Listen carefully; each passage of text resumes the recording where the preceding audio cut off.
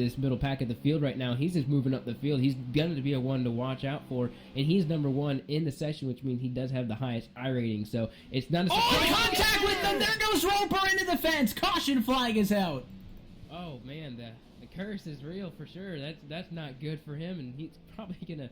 That's a lot of damage. We'll have to see if he blew an engine. I did not quite see it. The 32 of Dylan Jones, one of the drivers involved, it looks like he got tangled up with Nicholas Doucette in the 31 Chevrolet. And I think the 31 is the one who came back up on track and triggered the yellow. Second time tonight, though, we slow him down. Yeah, looking at it here shortly, it looks like the 31 car hit the wall on the outside of turn 4 and just came down, and the 32 was already there. For the 32, he had nowhere to go, but the 31 of Doucette, he just ran into the wall and tried to keep it up there, and he did a good job, but the 32 was already committed up there to the... Not changing tires there for a little while, as that's going to be huge for him, and he's going to have to make all those spots up. Caution is out. Is around. That's Joe Quinn. He was your leader at that time. He's around. Close call that time with Jeremy Davis sneaking through is where the issue begins. Casey Kirwan down in turns 1 and 2. And, I mean, kind of tough to tell if it was the 23 coming down a little bit because he was clear going into the corner. But there was a good head of steam of the 22 coming up the bottom, and they just kind of tried to fit into the same piece of real estate. It did not work.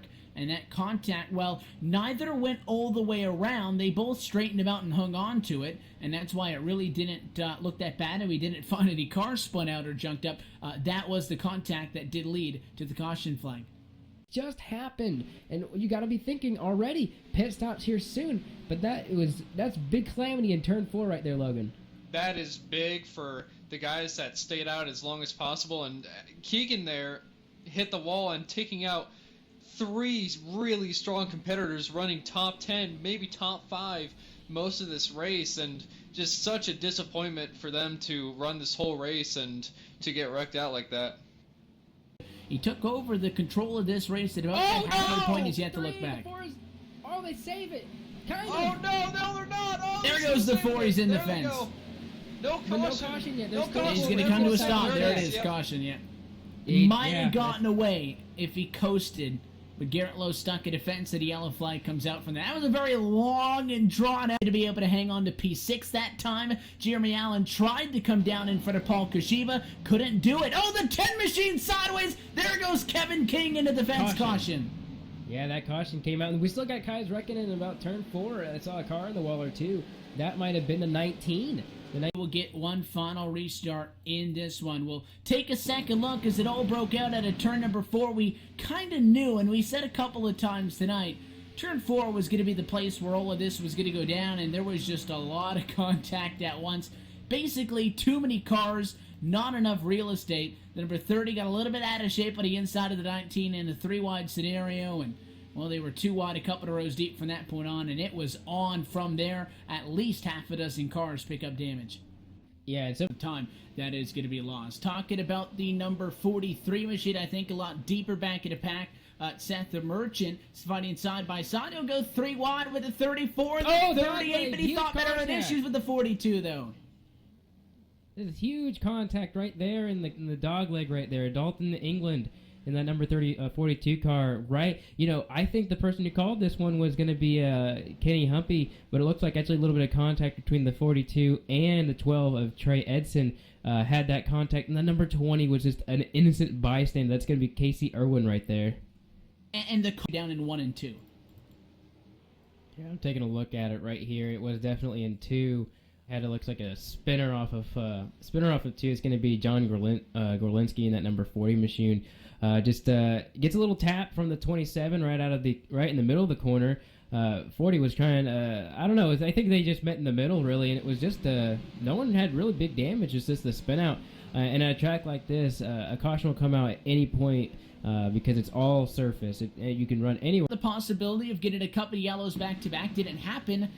And an interesting exchange off the turn 1. We'll take a second look at it. He was fighting with the 16 of Christian Challoner, and I mean, the 2 was on the bottom. He was clear, but I don't think the 16 either A, anticipated, or B, appreciated the 2 machine going up in front of him off to the corner.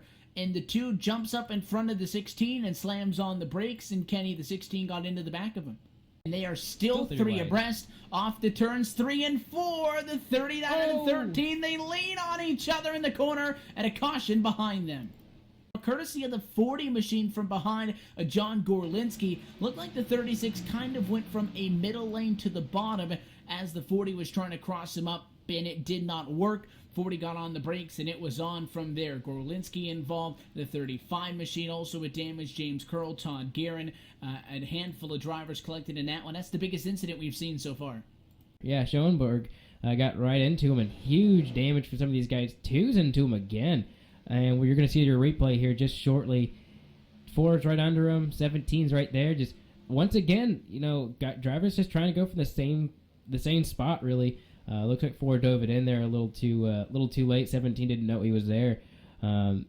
Shades of what happened on Sunday in some 13th position at this moment. At one point in this race was plus 21 positions, and kind of funny how I noted tight off in 1 and 2, mainly referring to real estate and not the cars, because Kenny in that one, the 43 machine, just lost the grip and he slid out of turn number 2, and you might be able to get away with something like that on a green flag run, and I think that was a spectacular again. Yeah, I can't really bind per se, but we're gonna get a replay up here for you shortly. Yeah, interesting one. The 40's been involved in an incident already once tonight. He was side by side with the 25. Thomas Davis, he didn't. Nobody says you got to take the dog leg. The 25 rode him high, and it's kind of tough to get an angle on this one, Kenny. I assume the 40 was assuming that, much like the nearly impossible 3 and 4 wide, and then an unfortunate situation down off in turn number 1. The 15 of Vinny Sansone has had a rough night. He was at a race highest for him, P23, and again, Kenny, that one down in turns 1 and 2. And green flag runs, you're going to see that 24 get really out of shape. That's going to be Adam Benefield. And, we got another spinner. Huge crash. It's going to be big. Oh, wow. 3 in the wall, and more calamity right there. Oh, and the 15 came in late, thought he was clear. Vinny Sansone going to be collected in that one. Nicholas Shelton, the driver who was the pinball and all of that, and tried to be put through about 2 lanes of racetrack, and it just did not work. They both hung on to it again. Another one of those half sideways, half wrecks. You're taking a look now. Nonetheless, though, that is going to be the final nail in the coffin of everybody else around loses. So again, good nights for some of these guys. Allen, Zelensky, Teenan, as well as Mullis, but at the end of the day, I think that shortly of the accident, looks like they're going down to the turn 1 here. Looks like he just gets a little loose. Gets kind of all by himself. Dalton Collins, actually. Yeah, Dalton Collins in the 32 is going to get loose on the inside of Nicholas Doucette. Almost slides up into his door, tries to make a correctional move, and ends up coming right into the side of that 9 car down the back straightaway. Very tough break for Dylan Rafferty. Yeah, and that's not what you want to have here at all, as you're seeing all these cars starting to come down. 27 of Jacob Harberts. No major damage, but a car got sideways, and that was all she wrote for that. Pit stops are going to ensue. We'll get back to the story of where everyone is at. Paul and Chris. Looks like we got a couple of guys also starting to start their early portions of these pits. As we were mentioning earlier, 30 laps are now in the books. We have one in the wall, 35 in the wall. Yeah, he saves it, actually. Does not hit the wall. We're going to see these guys come down pit road. Would not be surprised if that guy did. Ooh, wouldn't be surprised. Man. Yep, that's a big deal, guys. Separate incident. They came up on the track afterwards. So same incident, different, just later on. We're going to get a replay coming up on your screen here shortly. You're just going to watch the 17 and the 42 just... we've seen it all night long. It's like cars get sideways and cars get drive next to each other, but this is really the first time we've seen them do the same at the same time and get involved with each other. But does a very good job holding onto that machine. He locks it down, makes sure no one else gets involved, and that'll bring out a caution here with not many laps to go. Yeah, he gets into that number 39 machine as well. A single car spin on the back does get a little bit of nose damage on that machine, but nonetheless, that Jordi Lopez Jr. machine was doing really good tonight, and it's a shame to see that car do so well and not have the finish that car deserves at this point, as we are going to see cars down pit road again.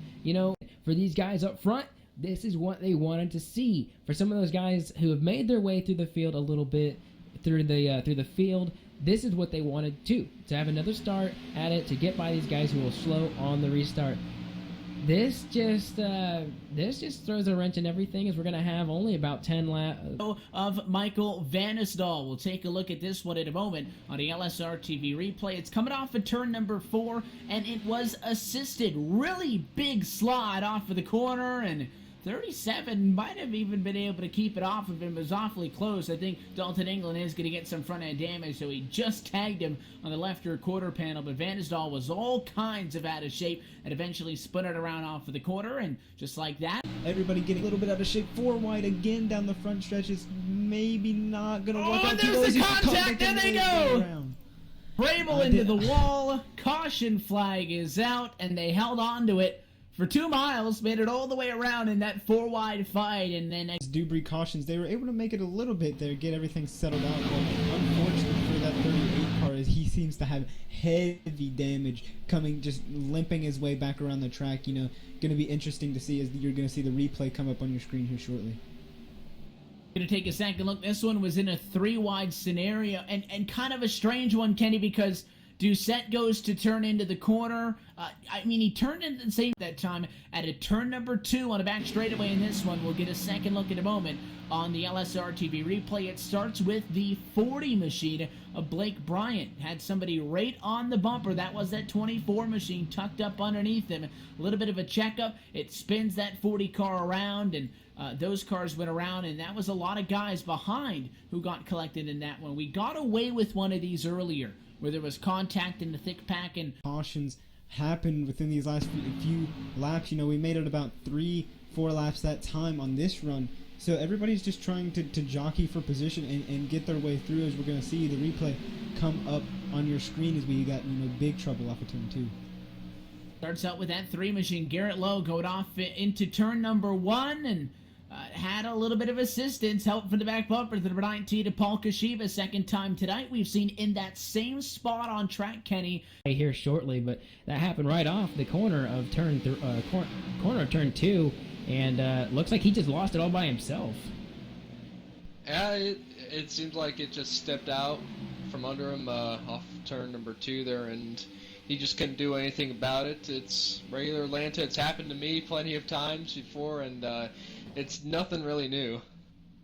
Yeah, and but think about some of those guys that are on those tires. Oh wow, look at 4 wide there at turn 2. We don't see that very often, and they're wrecking because of it. Big wreck off of turn 2. Huge wreck. This is the big one here at Atlanta. Yeah, definitely. Everybody collected in that. Just about. You don't go 4 wide at Atlanta, especially off of turn 2. I mentioned it at the top of the broadcast. Turn 2 is a little bit of a trouble turn.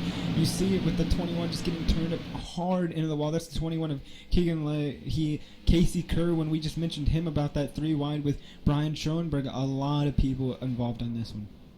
Yeah, and the 4 wide was with Keegan Leahy, Daniel Roper, Todd Guerin, and Casey Kirwan.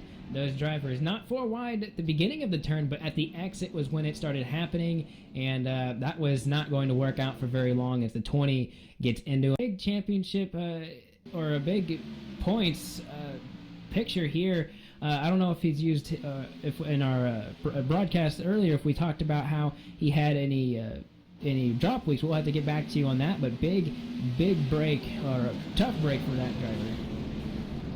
Yeah, definitely. He's one of the only drivers. Update on what happened here in just a moment. Yeah, looks like chaos here on the front straightaway, and the 27 was already around, and we'll get that replay up here. Yeah, it looked like he had some contact getting off the wall there and just sent him right around into the infield. So unfortunate for that 27 of Robbie Rabel Jr. as he gets spun down the track. Doesn't seem to have he has quite a bit of rear end damage, but that's about all I'm seeing. And that's going to end the day of that 9 car, and what heartbreak for that guy. He was doing so well at this point, and a few other drivers involved as well with the number 12 as well, and we'll get a replay up here as well. You might have saw it on your side-by-side Not that many cars involved, but the ones that did, they have big damage. Colton Davis with a blown engine, number 9 with a blown engine as well. And this changes a lot of things. When we were coming down pit road here soon, but that number 9 car had such a good bar here to set, and we're going to go down to pit road with Kelly here. Those cars were running in 28th and 29th position. They're going to bring out the first caution flag here tonight just as they came to take lap number 14. And we've been talking about guys wanting to avoid too wide. It was a side-by-side battle off of the corner. The 19 into the fence, the 17 tagged that 35, and it was Tyler Hill who went around. The innocent victim in that was Dylan Jones, who guessed bottom and guessed incorrectly and ended up getting collected in that one. 2 cars at a turn. It looks to be Rob Eckley and the 37 of Brandon Hoff making a little bit of contact going into corner number 1. It kind of looks like they were trying to sort it out as they entered the corner, but 2 cars try to occupy the same space at the same time, and if you know how physics work, that's not going to happen. Both cars are going to find themselves out into the outside wall. Lawton, though, the 22, he'll become under attack in contact with the 6. Jarl Teenan into the outside wall and a big mess in turn 3. Going to have to go back and see what happened here on the LSRTV instant replay, and that was definitely a case of Jarl thinking the 22 was checking up a little bit harder, trying to get up on that outside lane to continue his forward progress. Misjudged it ever so slightly. We'll get into the left side of the 22. What a tough break for Jarl. He was definitely moving towards the front over the course of the last couple of laps, but now that car has seen many better days on all 4 corners. And that eerily similar to what we saw that on the incident that happened out. Oh, a little bit of a miscommunication there. It looks like Kevin King was trying to get around the 12. Hoff moves to the bottom to try to give King the line up high, but King also thought the 37 was going to stay high, and just a really rough situation there. Once again, there's not a whole lot of room to do things on this racetrack, and right there when you have the speed differences with the narrow racing surface we have, that's one of those deals that kind of happens. Really tough break for both of them.